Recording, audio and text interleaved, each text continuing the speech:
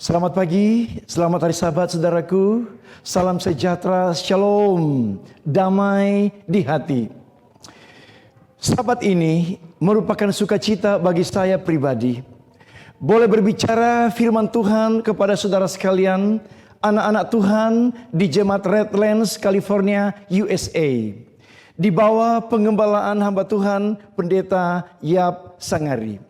Terima kasih yang pertama kami tujukan kepada yang terkasih Bapak Friend Sangari yang sudah mengatur semuanya ini sehingga saya bisa berbicara menjadi bagian dalam ibadah Sabat di Jemaat Redlands. Sebelum saya berbicara firman Tuhan lebih lanjut, mari kita tunduk seketika dan kita berdoa. Bapa di sorga, kami siap untuk mendengarkan firman-Mu. Bukalah hati dan jiwa kami Tuhan. Isi dan penuhi dengan Roh Kudus-Mu. Dan pakailah hamba-Mu menjadi perpanjangan lidah Tuhan untuk menyampaikan firman-Mu kepada jemaat sekalian yang ada di Redlands di Amerika. Inilah doa kami Tuhan, sempurnakan apa yang kurang.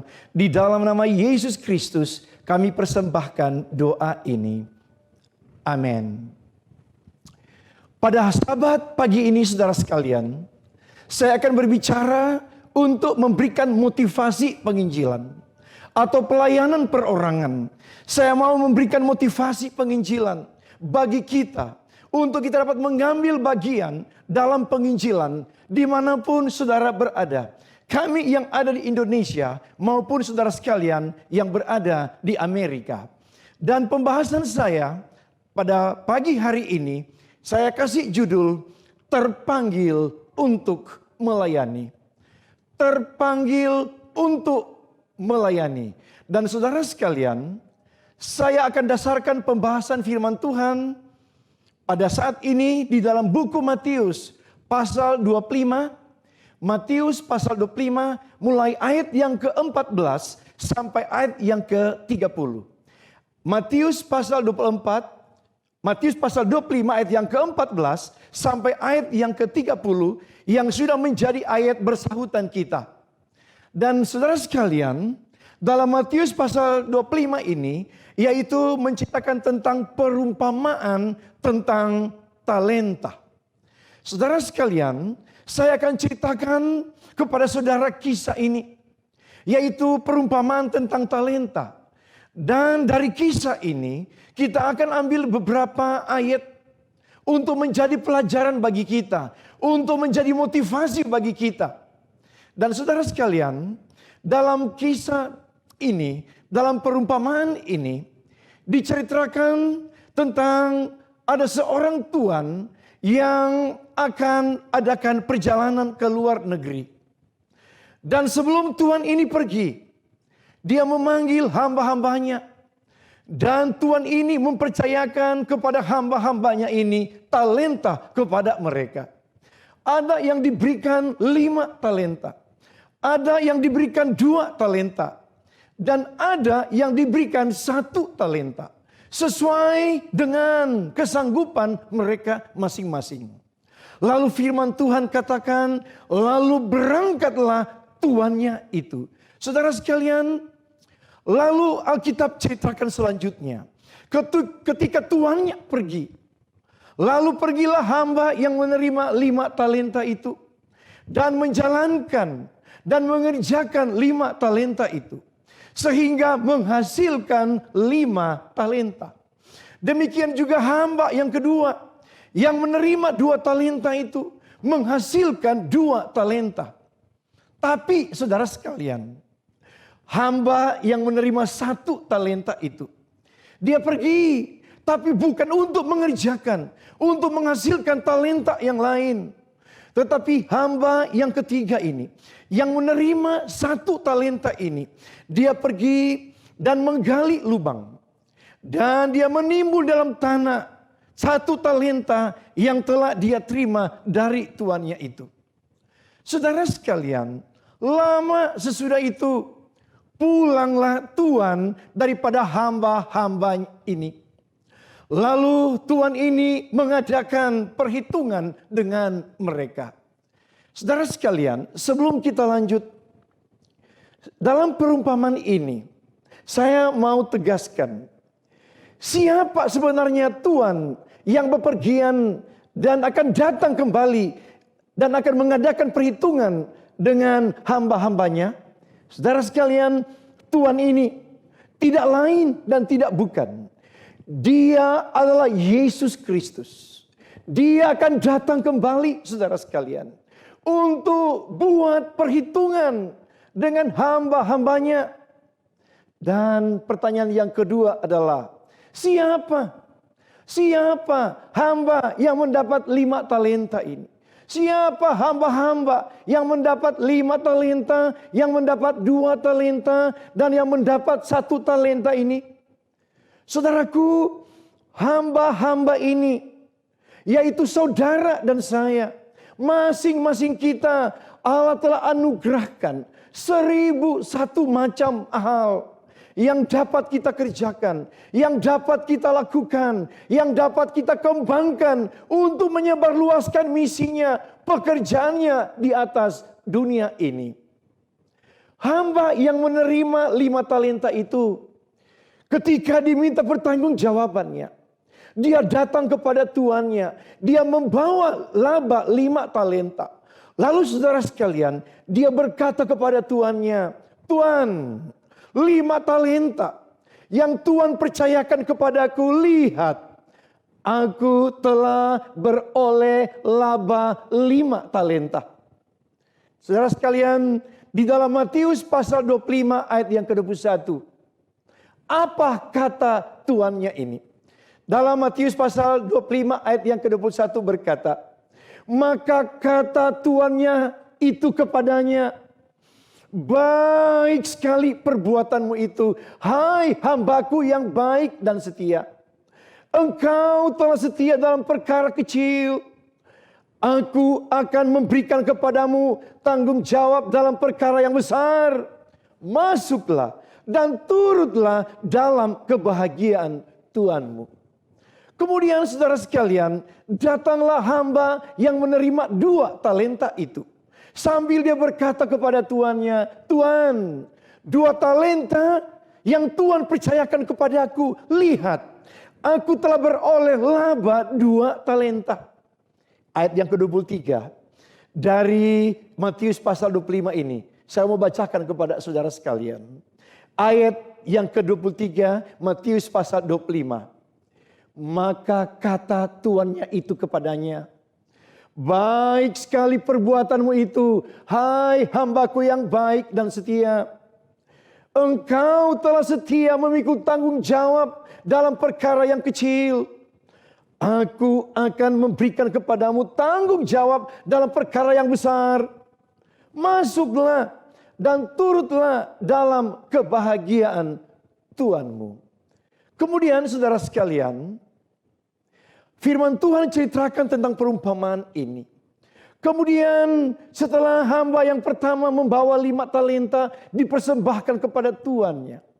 Hamba yang kedua membawa laba 2 talenta dipersembahkan kepada tuannya. Kini datang hamba yang ketiga, yang menerima 1 talenta. Lalu dia berkata kepada Tuhan, "Tuan, 1 talenta yang Tuhan berikan kepada saya. Saya sudah simpan dan ini ambillah kembali." Lalu saudara sekalian, apa yang dikatakan oleh tuannya ini? Kita baca di dalam ayat yang ke-26. Dalam Matius pasal 25 ayat yang ke-26. Maka jawab tuannya itu, "Hai kamu hamba yang jahat." Saya mau berhenti sedikit di sini, saudara. Ketika hamba yang ketiga ini, dia bawa talenta yang satu talenta yang diberikan kepadanya, yang dia simpan di dalam tanah, dan kini dia kembalikan itu kepada tuannya. Tuannya ini berkata kepadanya, "Hai kamu hamba yang jahat." Hamba yang jahat. Kemudian dia katakan, "dan malas." Jadi dia katakan hamba yang jahat, hamba yang malas, Lalu saya baca ayat ini seterusnya. Jadi kamu sudah tahu bahwa aku menuai di tempat di mana aku tidak menabur, dan memungut dari tempat di mana aku tidak menanam. Saya lompat, saya melangkah ke ayat yang ke-30.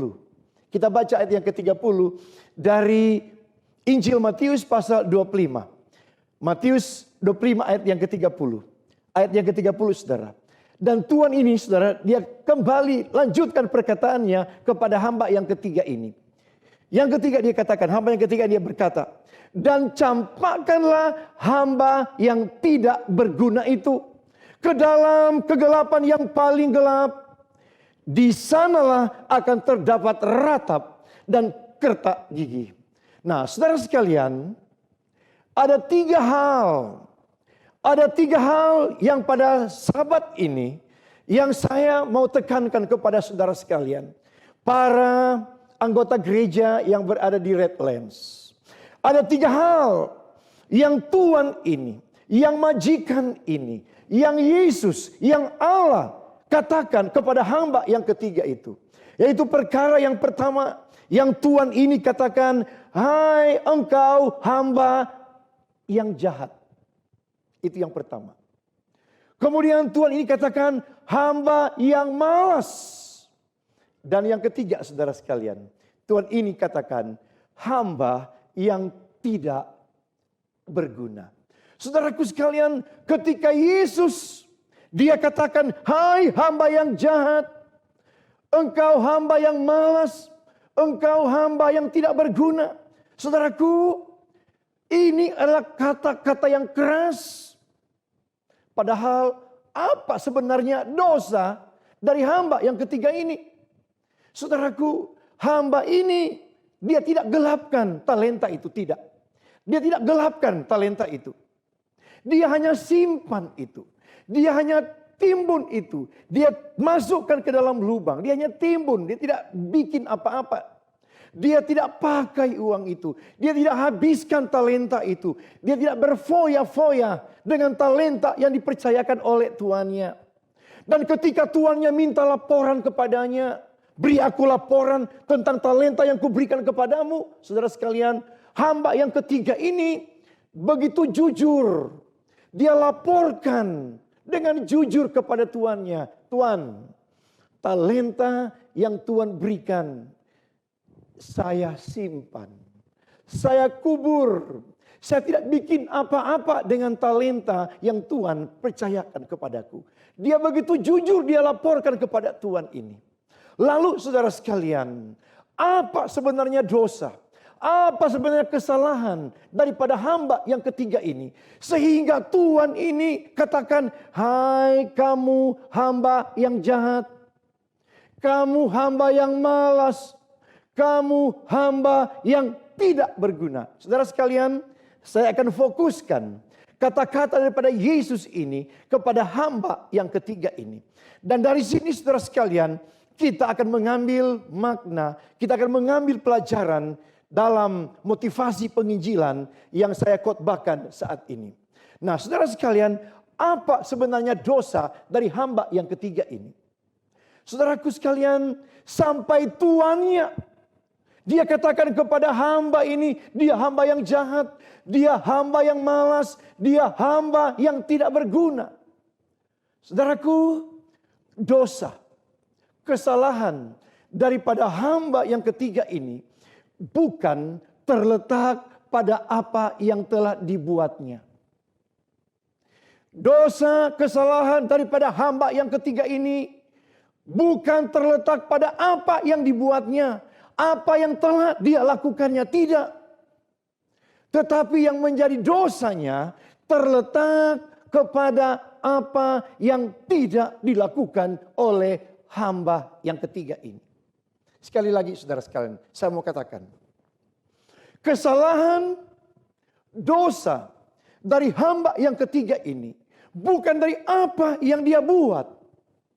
Tetapi letak kesalahan, letak daripada dosa dari hamba yang ketiga ini, yaitu saudara sekalian, yaitu terletak kepada apa yang tidak dilakukan, apa yang tidak dibuat oleh hamba yang ketiga ini.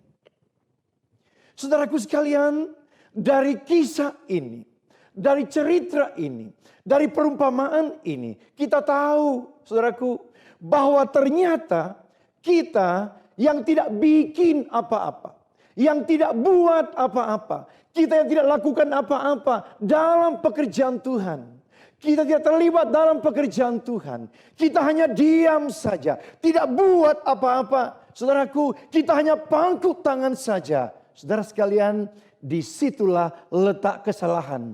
Dan disitulah letak dosa di hadapan Allah. Kita tidak boleh hidup tanpa kerja.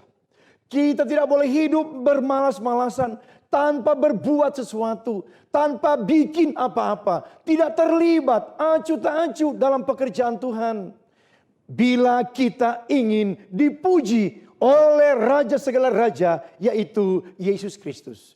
Tetapi saudaraku sekalian, sementara kita menunggu datangnya Yesus yang kedua kali, mari kita aktif, mari kita sibuk, kita bawa Injil, kita menjadi saksi Tuhan di mana saja kita berada sampai Dia datang kedua kali. Katakan amin saudara sekalian. Amin. Mari kita libatkan diri kita dalam berbagai hal. Kita gunakan talenta kita, kita gunakan waktu kita. 1001 macam yang Allah sudah percayakan, yang merupakan talenta di dalam cerita, dalam kisah perumpamaan yang sedang kita bahas ini. Bila kita tidak buat apa-apa untuk kemajuan pekerjaan Tuhan, kita adalah hamba yang jahat, hamba yang malas, dan hamba yang tidak berguna. Saudaraku sekalian, kita bukan hanya menunggu datangnya Tuhan, tapi mari kita aktif. Dengan 1001 macam talenta yang Allah percayakan bagi kita, kita masyurkan Injil di mana saja kita berada. Saudara sekalian, mari kita lihat perkataan daripada Yesus ini. Yaitu ada 3 pokok yang saya mau angkat dalam khotbah saya pada saat ini. Yang pertama, Yesus katakan, kamu hamba yang jahat. Ternyata saudara, hamba ini dia tidak bikin apa-apa. Dia tidak lakukan apa-apa. Dan di mata Tuhan, tidak buat apa-apa. Tidak lakukan apa-apa. Dengan karunia-karunia, dengan talenta-talenta yang Allah berikan kepada kita. Ternyata saudara sekalian, itu adalah jahat di mata Tuhan. Jahat di mata Tuhan bila kita tidak buat apa-apa. Dan saudara sekalian, Yesus dia jarang dia gunakan kata jahat. Jarang Yesus gunakan kata jahat.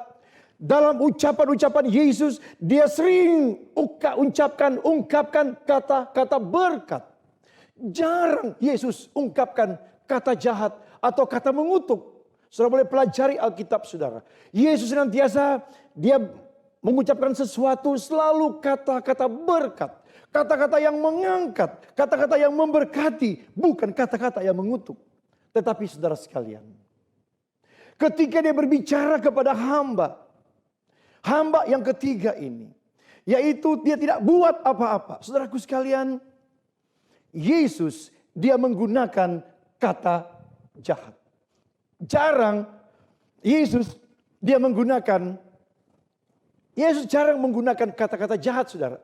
Sering dia gunakan kata-kata yang mengangkat. Kata-kata yang memberi berkat kepada semua orang. Tapi dalam hal ini Yesus dia menggunakan kata jahat kepada hamba yang ketiga ini. Saudara sekalian, kita ingat cerita dalam Alkitab. Ketika ada seorang wanita yang kedapatan berzina. Lalu ketika diperhadapkan kepada Yesus wanita ini. Saudara ingat ceritanya? Saudaraku, Yesus tidak marah.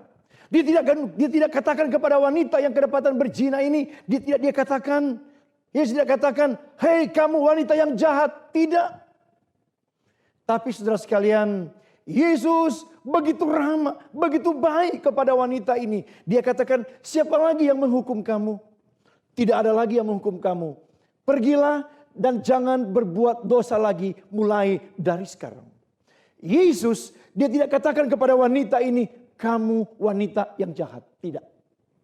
Tetapi kepada hamba yang tidak lakukan apa-apa, saudara. Bayangkan, hamba yang tidak lakukan apa-apa.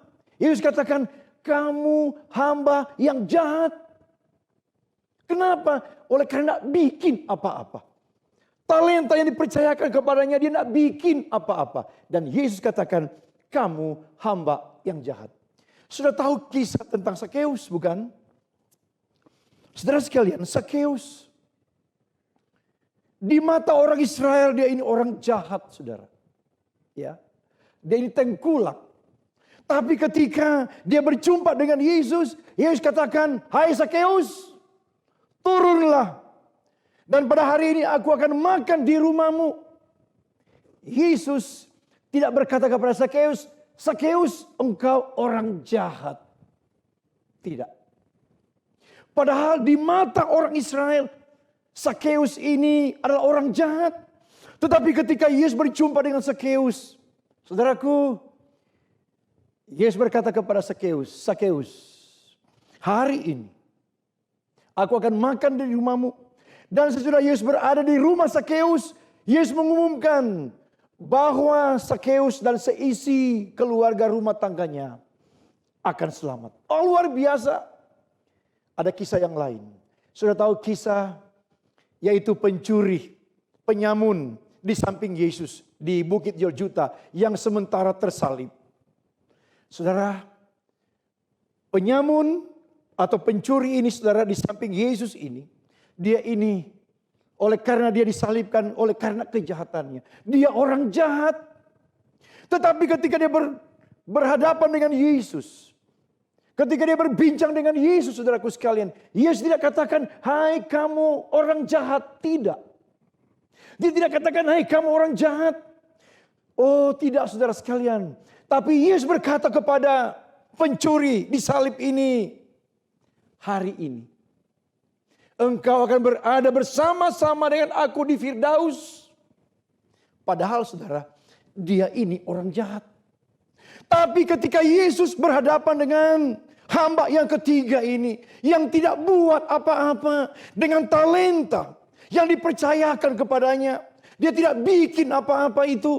Saudaraku, Yesus berkata, hai kamu orang jahat.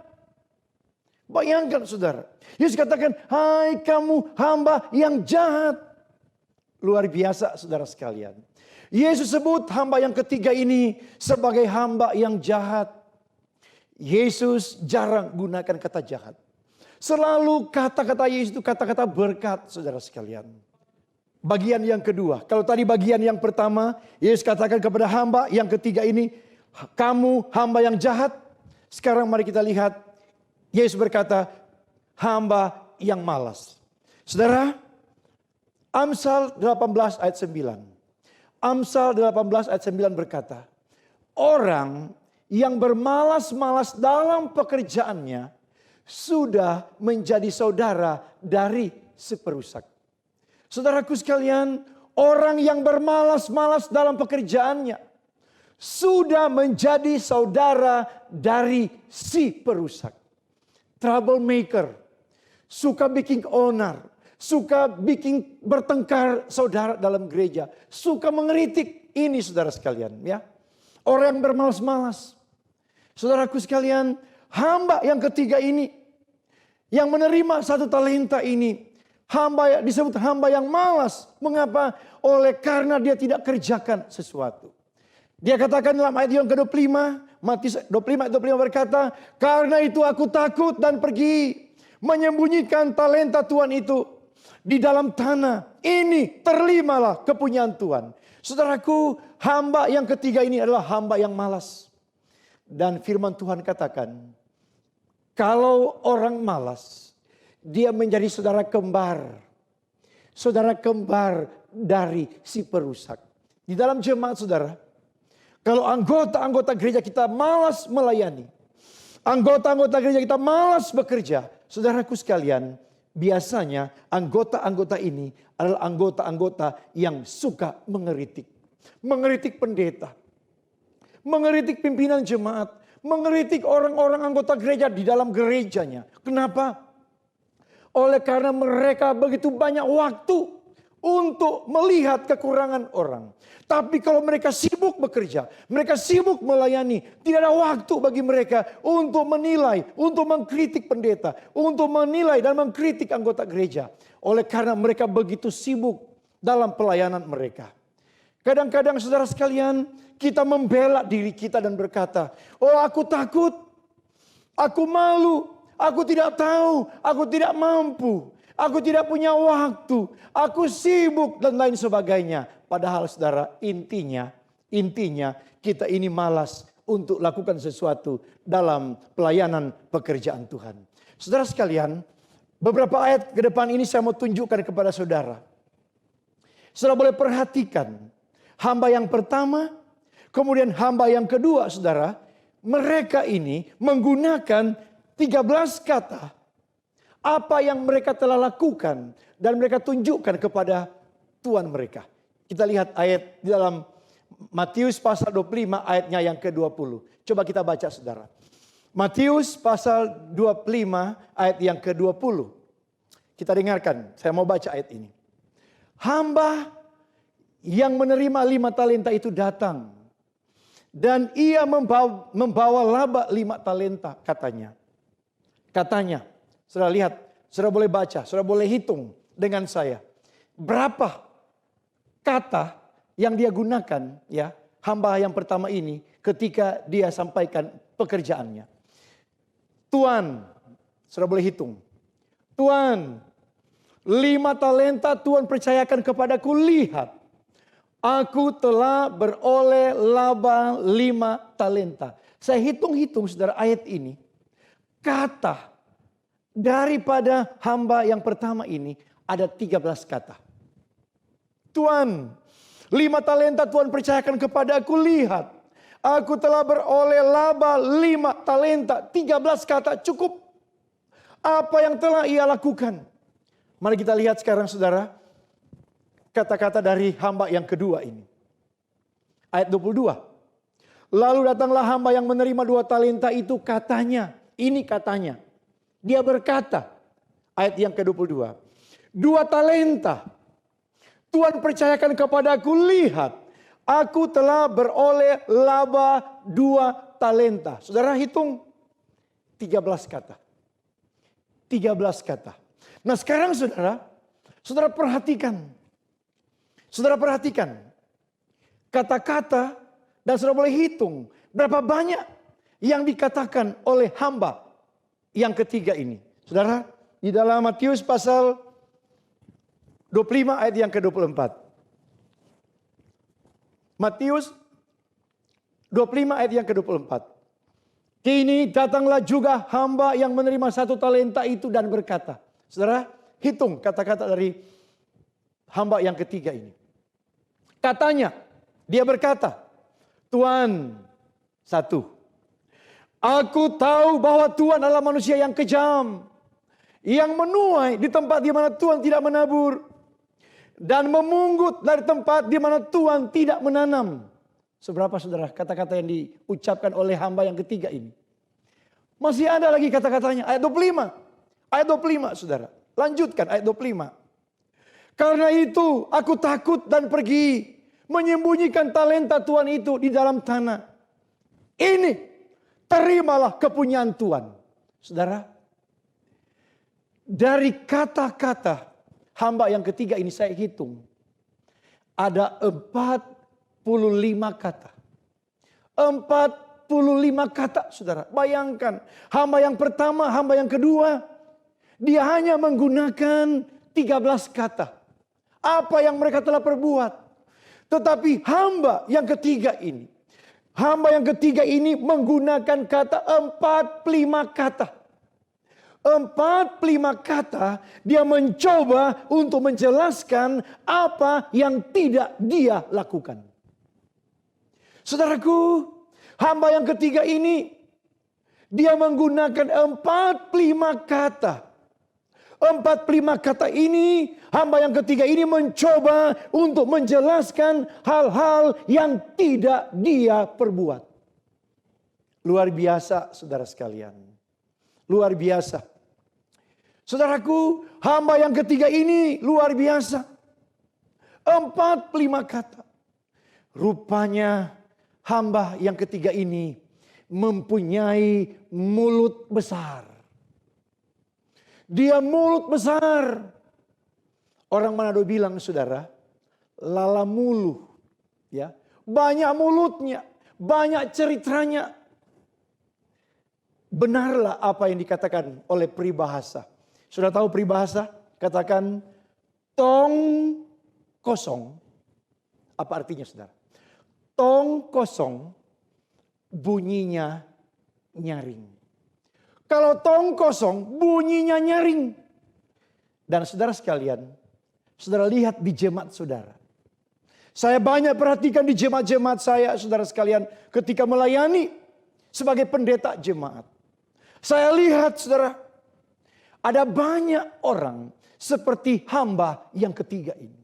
Banyak mulutnya, tapi saudara, pekerjaannya kosong. Banyak mulut, besar mulut, tetapi selalu pekerjaannya kosong.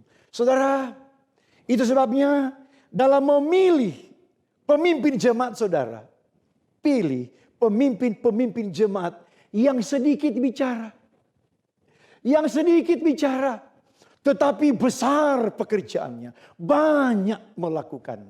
Bukan pemimpin yang banyak bicara, tetapi sedikit melayani, sedikit bekerja. Amin, saudara sekalian. Katakan amin, saudara. Tuan Lincoln berkata, kita tidak perlu mengetahui lebih banyak. Tidak perlu kita tahu lebih banyak. Tapi dia katakan, kita hanya perlu berbuat lebih banyak. Tidak perlu banyak tahu, saudara. Tapi yang perlu lebih banyak kita kerjakan, yaitu kita lakukan, bukan kita bicarakan. Saudara lihat di jemaat, kalau itu pendeta banyak mulut, kalau itu ketua-ketua jemaat banyak mulut, saudara. Dari pelajaran ini kita dapati bahwa biasanya mereka itu kosong, saudara. Oh, kalau banyak mulutnya itu biasanya kosong. Oh, saudaraku sekalian, kita tidak mau banyak berkata-kata, tapi kita harus banyak berbuat. Dan hamba yang pertama dan hamba yang kedua ini, mereka sedikit bicara, tapi banyak bekerja, banyak melakukan.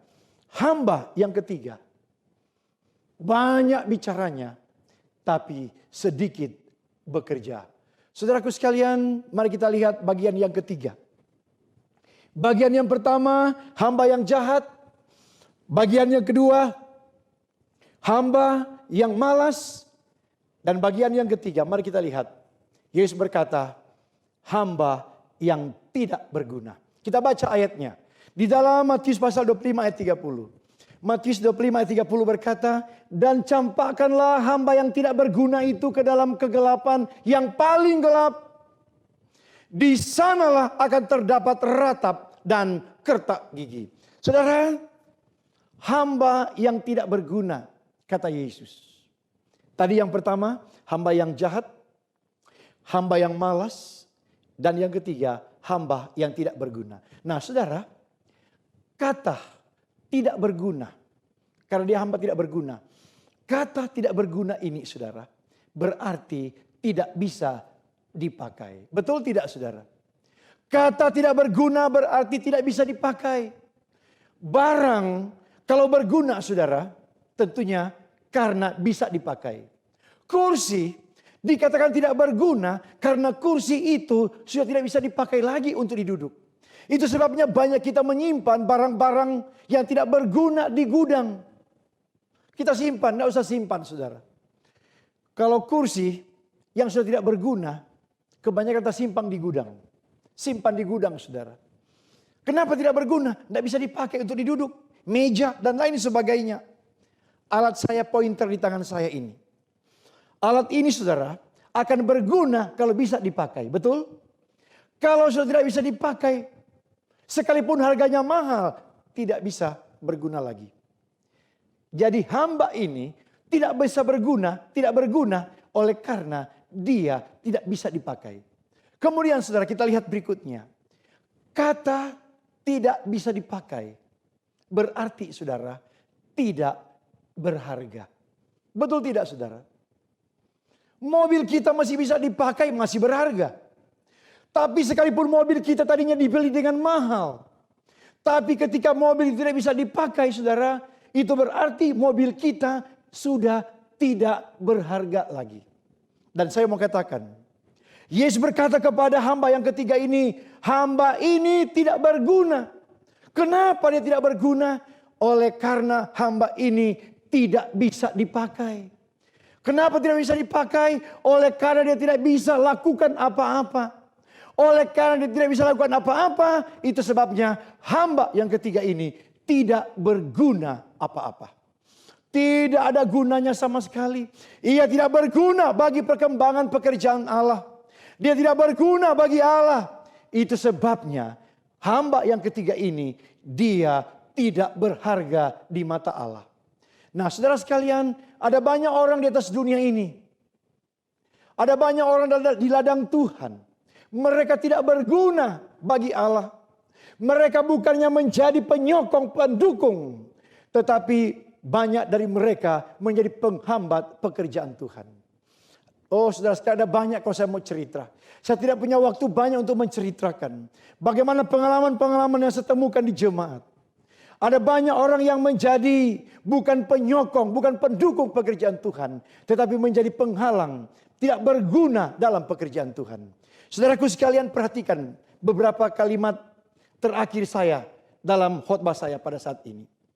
Jika Anda ingin hancurkan pernikahan Anda. Sekali lagi saya mau katakan. Jika Anda ingin hancurkan pernikahan Anda. Tidak perlu Anda dan pasangan Anda baku hantam. Tidak perlu saudara. Tidak perlu supaya rumah tangga itu saudara hancur. Tidak perlu baku pukul. Tidak perlu baku hina saudara. Cukup saudara mengabaikan satu dengan yang lain. Saudara tidak perlu berbuat apa-apa dalam rumah tangga saudara. Saya yakin. Kalau saudara tidak bikin apa-apa dalam rumah tangga saudara. Lambat atau cepat. Rumah tangga saudara pasti akan hancur. Sang suami tidak perlu bekerja cari nafkah. Diam saja di rumah saudara. Sang istri nggak perlu repot-repot bekerja di rumah. Nggak perlu siapkan makan sama suami. Nggak perlu nyuci. Nggak perlu bersih-bersih rumah. Nggak perlu. Saya yakin. Lambat atau cepat. Rumah tangga saudara akan hancur. Betul? Pasti hancur. Yang kedua saudara. Saya mau katakan dalam kata-kata terakhir ini. Jika Anda ingin hancurkan persahabatan saudara. Jika Anda ingin hancurkan persahabatan Anda. Tidak perlu Anda menghina sahabat Anda. Nggak perlu hina. Supaya itu persahabatan hancur. Cukup Anda abaikan sahabat saudara. Ketika dia telepon saudara, nggak usah diangkat. Ketika dia WhatsApp, ketika dia SMS sama saudara, dia teks sama saudara, nggak perlu dibalas teksnya. Ketika dia katakan selamat pagi sahabatku, nggak usah dibalas, nggak usah bikin apa-apa. Cuek saja. Diam-diam saja. Nggak usah bikin apa-apa dalam persahabatan saudara. Saya yakin. Persahabatan saudara lambat atau cepat pasti hancur. Yang ketiga saudara. Jika Anda ingin hancurkan kebun bunga Anda.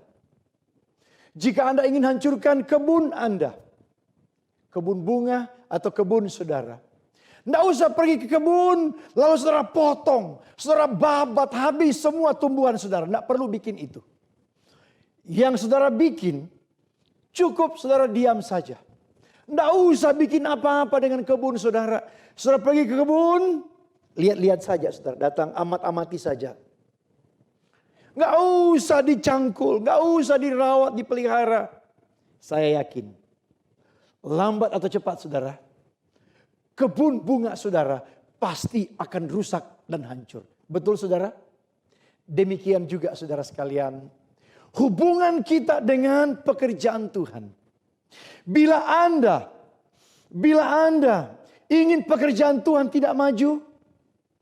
Bila saudara tidak ingin Injil Tuhan diberitakan di seluruh muka bumi ini. Tidak perlu marah kepada Tuhan.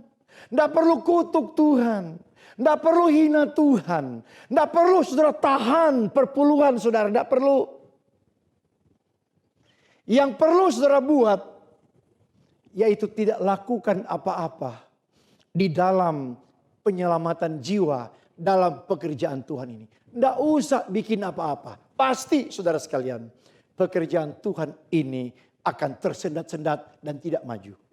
Tetapi apabila saudara buat itu, saudara sekalian, maka saudara akan menjadi orang yang tidak berguna. Saudara akan menjadi orang yang tidak berguna. Saudara akan menjadi orang yang tidak dapat dipakai dalam pekerjaan Tuhan.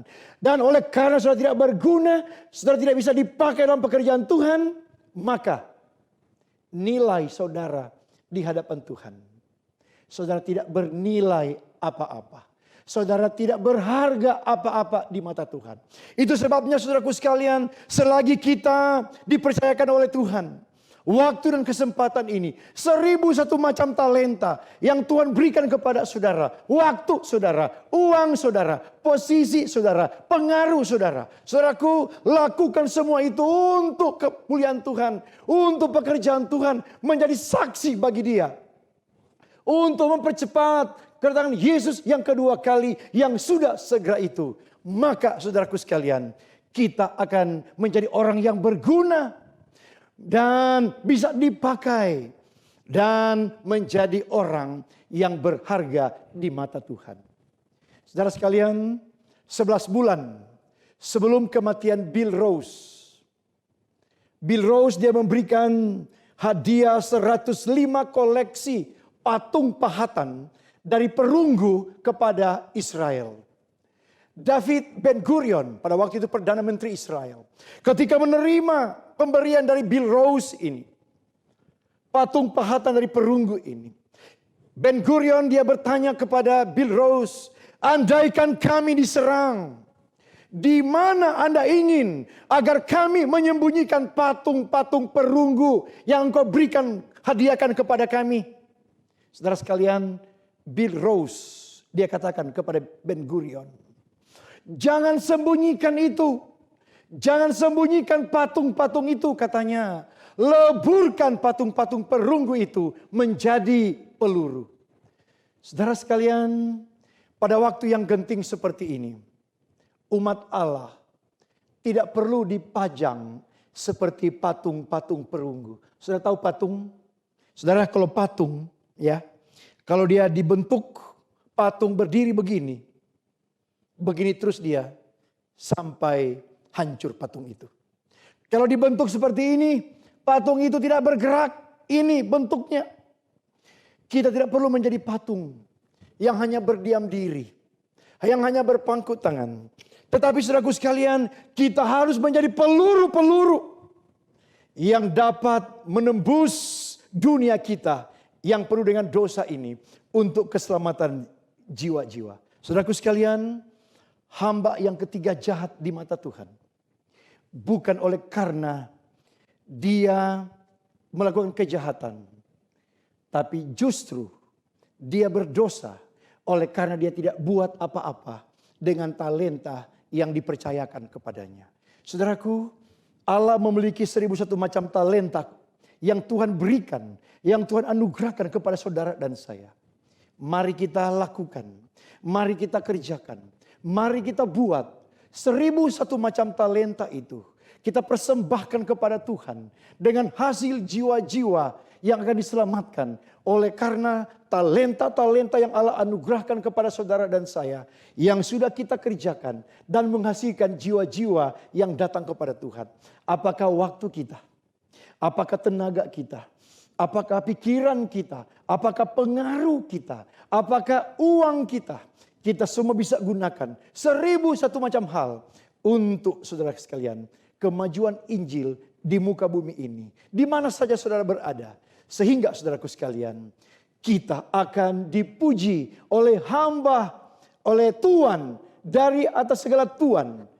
Dan Tuhan itu akan berkata kepada kita hamba-hambanya, hai hambaku yang baik dan setia, masuklah dalam sukacita Bapamu. terimalah mahkota, terimalah hidup kekal yang Tuhan sudah siapkan bagi saudara dan saya. Kiranya firman Tuhan yang saya bentangkan, yang saya khotbahkan ini boleh memberikan motivasi bagi kita, boleh memberikan kekuatan bagi kita untuk bekerja, untuk melakukan pekerjaan Tuhan dengan 1001 macam talenta yang Allah sudah anugerahkan kepada saudara dan kepada saya.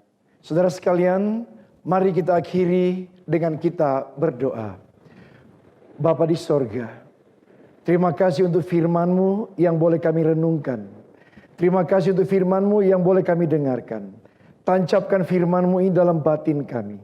Dan oleh kuat dan gagah Roh Kudus, biarlah kami sanggup hidupkan ini untuk berbuat, untuk melakukan pekerjaan Tuhan, menjadi saksi Tuhan di mana saja kami berada.